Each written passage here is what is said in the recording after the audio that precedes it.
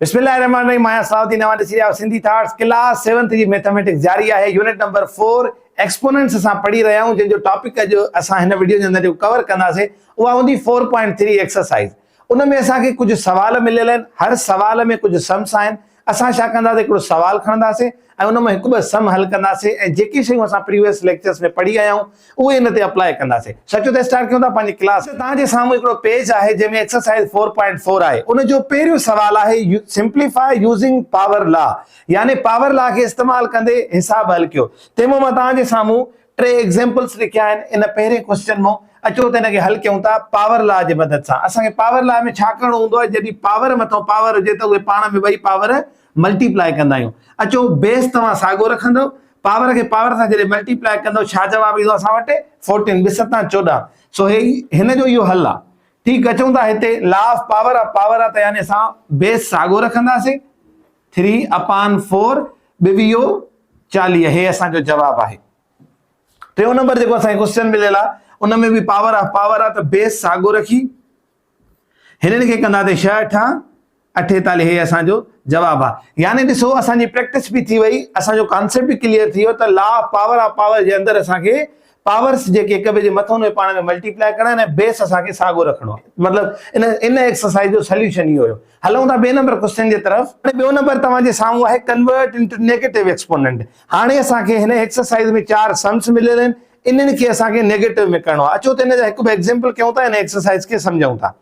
हाणे ॾिसो असांखे चयो थो वञे त हिननि पावर्स खे नेगेटिव में कन्वर्ट कयो, एक्सपोनेंट्स खे नेगेटिव कयो।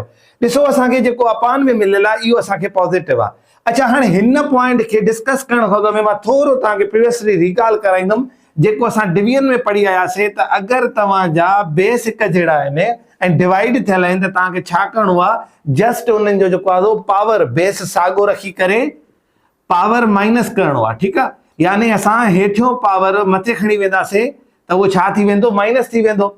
ऐं असांखे हिन में असांखे हुनखे कट करणो आहे, यानी 5 में 4 वेंदा त हिकु बचंदो, इन करे असांजो ख़ाली ए ई जवाबु ईंदो। हाणे तव्हां हिन कंडीशन खे ॾिसो ऐं हिन कंडीशन खे असां हुनखे मैच करण जी कोशिशि कयूं था। यानी तव्हां ॾिठो त जॾहिं हिकु जहिड़ा वेरिएबल असांखे मिलियल आहिनि या बेस मिलियल आहिनि, असां उहो हिकिड़ो दफ़ो लिखियोसीं। ठीकु, मथे जो पावर रखी हेठे जो पावर हुन मां कट कयोसीं, यानी ख़बर पई त जॾहिं हेठियों पावर एक्सपोनेंट मथे थो वञे त नेगेटिव थो थी वञे। हाणे इहा साॻी कंडीशन हिते खणी अचो त तव्हां ॾिसो हिते हिकु आहे, हिते 2 आहिनि, त तव्हां छा कंदव, 2 बेस खणी ईंदो मथे। हे जेको पावर हेठि प्लस में आहे उहो मथे वेंदो त छा थी वेंदो, -5। यानी असां हिन एक्सरसाइज जो फुलफिलमेंट करे छॾियोसीं, हल कढी छॾियोसीं त असां हिन जो एक्सपोनेंट जेको आहे नेगेटिव करे छॾियोसीं, जेको एक्सपोनेंट असांखे हिते पॉज़िटिव मिलियल हो। हाणे हिकिड़ी पॉइंट नंढड़ी अगरि तव्हांखे सम्झ में अची थी वञे त तव्हां सभिनि जे लाइ उहो बोनस आहे। उहो कहिड़ो, असां पढ़ी आया आहियूं त कोई बि वेरिएबल या बेस हुजे जंहिंजे मथां पावर 0 हुजे त असां हुनखे छा कंदा आहियूं, उहो छाजे बराबरि आहे, 1 जे बराबरि आहे। हाणे ॾिसो त सर जॾहिं बेस हिकु जहिड़ा हूंदा आहिनि त तॾहिं असां बेस उहो करे रखंदा आहियूं न। सर हिते त 1 ऐं 2 आहिनि, त पोइ असां हिते 2 कीअं रखियासीं, यानी हिते असांजो मथे बेस ॿियो आहे, हेठि बेस ॿियो आहे। मां तव्हांखे चयुमि त 2 करे वरी तव्हां पावर माइनस कयो।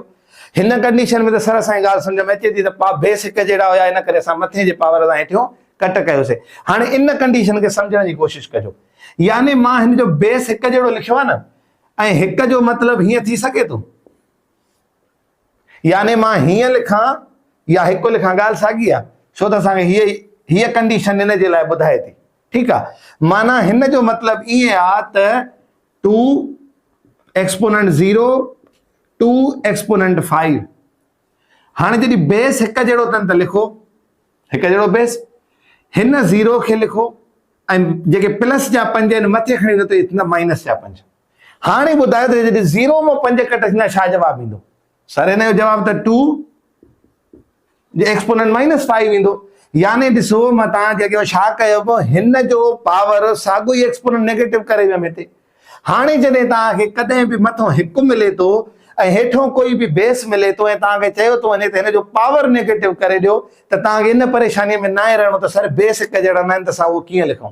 जे मिसाल हिकिड़ो आहे, हाणे 1/x आहे, हिते 1 आहे न, तव्हां छा कयो, अखियूं ॿूटे तव्हां ख़ाली बेस x लिखी छॾियो।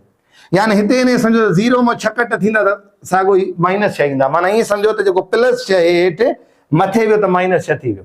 ऐं ईअं खणी चऊं हिते त अगरि हिते x 0 हुजे हा त उन माइनस 6 कयूं त साॻियो ई असांखे जवाबु उहे मिले हा।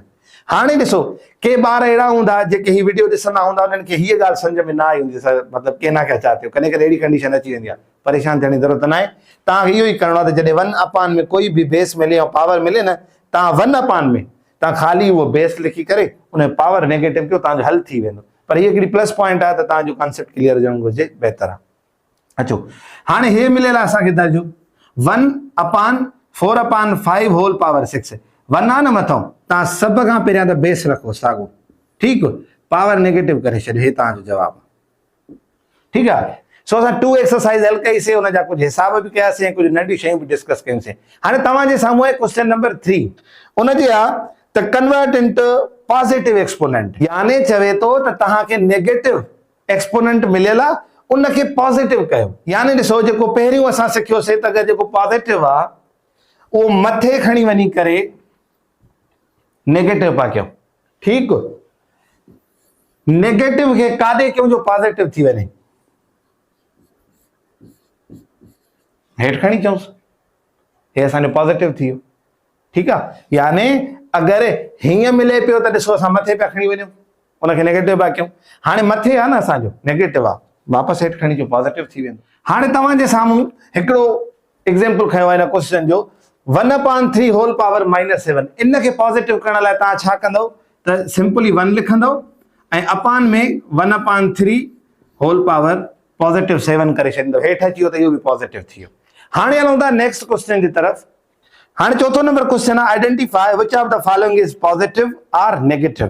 यानी असांखे जेके तव्हां हेठि ॾिसी रहिया हो हिन क्वेश्चन में जेके असांखे हिसाब मिलियल आहिनि, हाणे इन में असांखे तय करिणो आहे त कहिड़ी शइ असांखे नेगेटिव में मिलंदी, कहिड़ी शइ असांखे पॉजिटिव में मिलंदी। अचो त हिनखे बोर्ड ते हल कयूं था। हाणे इन पॉइंट खे फर्दर डिस्कस करणु मां हिकिड़ी पॉइंट तव्हां डिस्कस कयां थो। मां तव्हांखे चवां थो कॾहिं बि तव्हांखे नेगेटिव हिकिड़ो इंटीजर मिले थो, ठीकु आहे, उन ते अगरि इवन ई थो ॾियां या ई वॾी ॾियां थो, जेको इवन एक्सपोनेंट आहे न, इन जो जवाबु तव्हांखे पॉजिटिव ईंदो।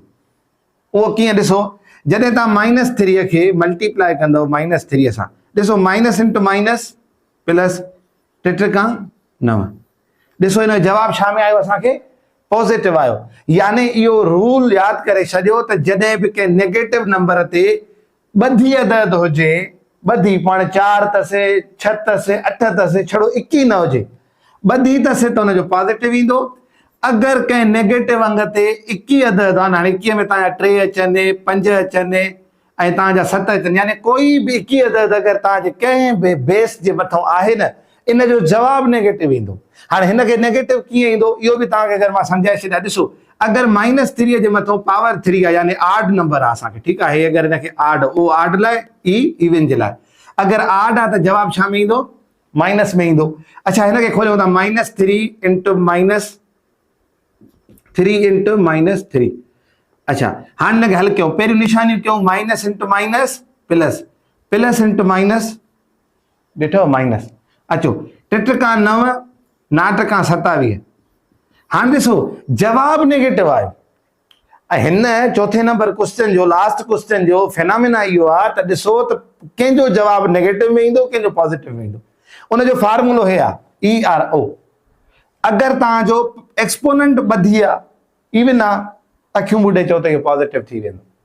हाणे भले जो नंबर छो न तव्हांजो हीअं हुजे, तव्हांजो नंबर ॿधी आहे, पर अगरि हिनखे पावर तव्हांखे आड में मिलियल आहे न, त हिनजो जवाबु नेगेटिव में ईंदो। यानी इवन ऐं आड तव्हांखे इहो रूल हिकिड़ो यादि करिणो आहे।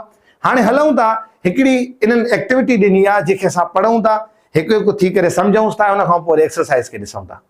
हाणे असांखे ॾिसो हिकिड़ी टेबल मिलियल आहे जंहिंजे मथां लिखियल आहे which of the following are positive or negative.